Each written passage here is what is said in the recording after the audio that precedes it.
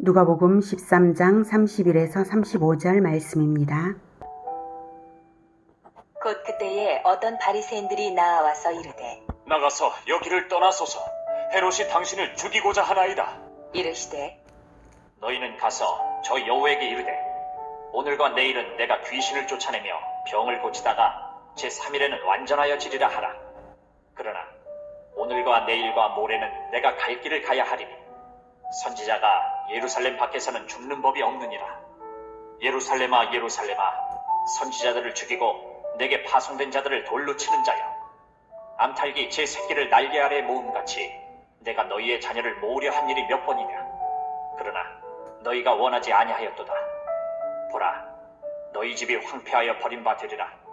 내가 너희에게 이르노니 너희가 주의 이름으로 오시는 이를 찬송하리로다 할 때까지는 나를 보지 못하리라 하시니라. 사랑하는 형제 여러분, 4월 24일 토요일 저녁 묵상에 오신 것을 환영합니다. 예수님께서 회개를 계속해서 촉구하시며 다니시는 것이 바리새인들에게는 아주 거슬리는 일입니다. 성경을 가르친다면서 오히려 탐심과 외식으로 단단해진 바리새인들은 회개가 없습니다. 그래서 그들은 회개는커녕 예수님에게 대중적인 모욕을 주고 싶어 했죠. 하지만 예수님께는 아무 흠이 없으셔서 걸리시지를 않죠. 그래서 예수님을 멀리로 보내려는 잔꾀를 썼나 봅니다. 31절, 곧 그때에 어떤 바리새인들이 나와서 이르되 나가서 여기를 떠나소서. 헤롯이 당신을 죽이고자 하나이다. 헤롯이 예수님을 죽이고자 하는지를 그들은 어떻게 알았을까요? 그리고 그것은 사실일까요? 그리고 갑자기 바리새인들이 예수님 편인 듯이 은밀한 정보를 주는 일이 수상하죠? 네, 의도는 여기를 떠나소서에 있는 것입니다. 예수님은 사람의 마음을 다 아십니다. 그리고 헤롯이 죽이려 한다한들 그런 일로 하나님의 구원 사역을 보류할 수야 없는 일이죠. 그래서 대답하십니다. 32절, 이르시되 너희는 가서 저 여호에게 이르되 오늘과 내일은 내가 귀신을 쫓아내며 병을 고치다가 제3일에는 완전하여 지리라 하라. 저 여호에게 이르되, 여호는 아마도 헤롯을 의미하는 것이겠죠? 그 정보의 최초 출처가 헤롯이라면 저 여호는 헤롯일 테고, 혹시 출처가 바리새인들 자신일 수도 있죠. 그렇다면 그 바리새인들을 향해 말씀하시는 것이 됩니다. 굳이 저 여호에게라고 말씀하신 데에는 직접적으로 헤롯을 거명하지 않으면서 그 정보를 제공하는 바리새인들의 간교함을 간접적으로 지적하시는 것입니다. 오늘과 내일은 내가 귀신을 쫓아내며 병을 고치다가 제3일에는 완전하여지리라. 귀신을 쫓아내며 병을 고치는 것은 복음을 전하는 것과 늘 함께 행하셨던 그리스도의 사역입니다. 제자들을 전도 파송 보내실 때도 그렇게 하게 하셨고요. 그리스도로서의 사역을 계속 하시겠다는 말씀이죠.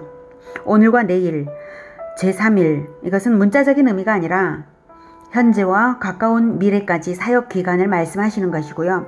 특히 제3일은 모래나 글피를 말하는 것이 아니라 3이라는 완전수를 사용하셔서 사역을 완전히 이루는 날까지 다 하시겠다는 말씀입니다.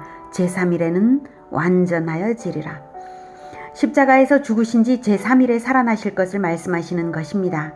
부활로서 예수님의 구원 사역은 완성되죠. 제3일을 언급하신 것은 이미 누가복음 9장 22절에도 말씀하신 바가 있으셔요. 누가복음 9장 22절, 이르시되 인자가 많은 고난을 받고 장로들과 대제사장들과 서기관들에게 버림받아 죽임을 당하고 제3일에 살아나야 하리라. 이렇게 누가복음 9장 22절에 말씀하셨습니다. 33절, 그러나 오늘과 내일, 모레는 내가 갈 길을 가야 하리니 선지자가 예루살렘 밖에서는 죽는 법이 없느니라. 예루살렘은 하나님의 성전이 있는 거룩한 도성인데요. 거기에서 선지자들이 지금까지도 죽임을 당했었다는 통탄스러운 역사를 말씀하신 것이고요. 마찬가지로 완전한 선지자이신 예수님 자신도 예루살렘에서 죽임을 당할 것이라는 암시이며 예언입니다. 그리고 이 말씀을 하시는 것을 볼 때에 이 정보를 주는 이 바리새인들도 예수님을 죽이고자 하는 한통 속인 것을 이미 아시고 불어 하시는 말씀입니다. 주님의 마음이 얼마나 한탄스러우시겠습니까? 34절 예루살렘아 예루살렘아 선지자들을 죽이고 내게 파송된 자들을 돌로 치는 자여 암탉이 제 새끼를 날개 아래에 모음같이 내가 너희의 자녀를 모으려 한 일이 몇 번이냐 그러나 너희가 원하지 아니하였도다. 구약시대 역사 속에서 도성 예루살렘에서 벌어진 일들을 통틀어 말씀하시는 것입니다. 그리스도께서는 신약시대만 아니라 구약시대에도 여호와 하나님과 함께 역사 속에서 일하셨습니다. 그 일은 이스라엘의 후손들을 언약 안에 모으려고 하신 것입니다. 많은 선지자들을 보내셨는데요. 그중 다수가 죽임을 당했다는 사실입니다. 하나님의 복을 받은 도성 예루살렘에서 하나님의 말씀을 전하는 사람들을 그것도 돌로 치는 일이 많이 벌어졌다는 것은 그만큼 인간들이 악하다는 증거이고 또한 그만큼 하나님의 사랑과 인내가 하염없었다는 증거이기도 합니다. 이제 마지막으로 하나님께서 자기 아들을 보내셨는데 예루살렘은 그 하나님의 아들마저 거부하고 죽이고자 하는 것입니다. 그러나 너희가 원하지 아니하였도다. 너희가 원하지 아니하였도다. 이 말씀은 이제 예루살렘에 대한 심판은 그들 자신이 회개하지 않고 그리스도마저 거부함으로 인해 피할 수 없는 것이 되었다는 뜻입니다. 그러니 그 일을 생각할 때 예수님의 마음은 찢어질 듯이 아프신 것이죠. 35절 보라 너희 집이 황폐하여 버린 바 되리라. 내가 너희에게 이르노니 너희가 주의 이름으로 오시는 이를 찬송하리로다 할 때까지는 나를 보지 못하리라 하시니라. 너희 집이 황폐하여 버린 바 되리라는 것은 예루살렘의 멸망을 말씀하시는 것입니다. 집은 성전이나 도성이나 나라를 다 의미합니다. 그들의 배반 때문에 성전은 이제 더 이상 성전이 아닌 것이고 예루살렘은 더 이상 하나님의 집이 아닌 것이죠. 그래서 너희 집이라고 하신 것이고요. 너희가 주의 이름으로 오시는 이를 찬송하리로다는 예수님이 예루살렘 입성할 때에 받게 될 찬양인데요. 누가복음 19장에 나오게 됩니다만 그 일만을 말씀하시는 것은 아니고요. 최후 재림 때에 주의 모든 백성이 왕을 향하여 재림주 왕이신 예수님을 향하여 부를 찬송입니다. 그때까지 나를 보지 못하리라 하셨으니까 재림 때까지 지상 사역은 없을 것을 말씀하시는 예언이죠. 이 말씀은 종말에는 예수님이 그리스도 되심을 유대인들도 알고 그리스도를 왕으로 영접하게 될 것이라는 암시가 들어있습니다. 너희가 주의 이름으로 오시는 이를 찬송하리로다 할 때까지는 나를 보지 못하리라. 그러니까 나중에 너희도 주의 이름으로 오시는 이를 찬송하리로다 할 때가 반드시 온다. 이 뜻이 내포되어 있는 예언이죠.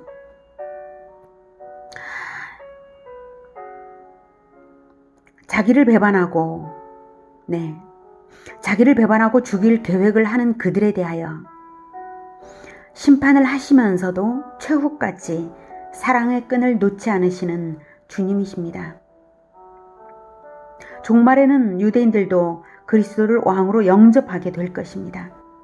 그것을 기다리고 기대하고 계신 것입니다. 이것이 역사 최후의 회개 사건이 될 것이라고 기대되는데요.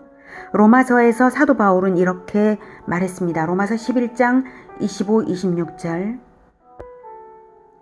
형제들아 너희가 스스로 지혜 있다 하면서 이 신비를 너희가 모르기를 내가 원하지 아니하노니 이 신비는 이방인의 충만한 수가 들어오기까지 이스라엘의 덜어는 우둔하게 된 것이라. 그리하여 온 이스라엘이 구원을 받으리라. 그리하여 온 이스라엘이 구원을 받으리라. 여기에 온 이스라엘은 영적인 이스라엘, 그러니까 이방인의 충만한 수가 이스라엘로 들어오는 거니까요. 이스라엘은 하나님의 백성, 하나님의 다스림을 받는 백성이라는 뜻입니다. 그래서 영적인 이스라엘, 완전한 이스라엘, 하나님의 백성, 최후의 온 이스라엘이 다 구원을 받으리라 라고 하는 것입니다. 유대인의 회개가 최후에 있다는 뜻이죠.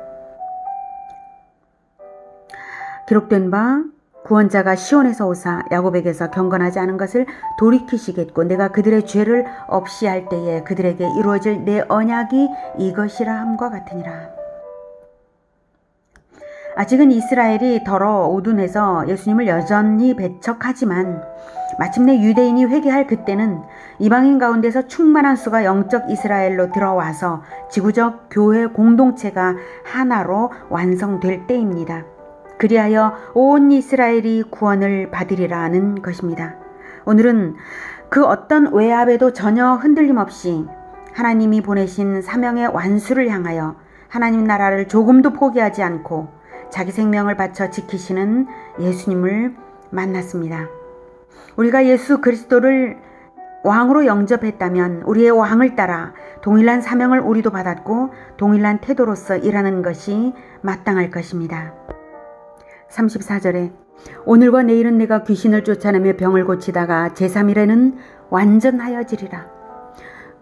오늘과 내일과 모레는 내가 갈 길을 가야 하리니 선지자가 예루살렘 밖에서는 죽는 법이 없느니라.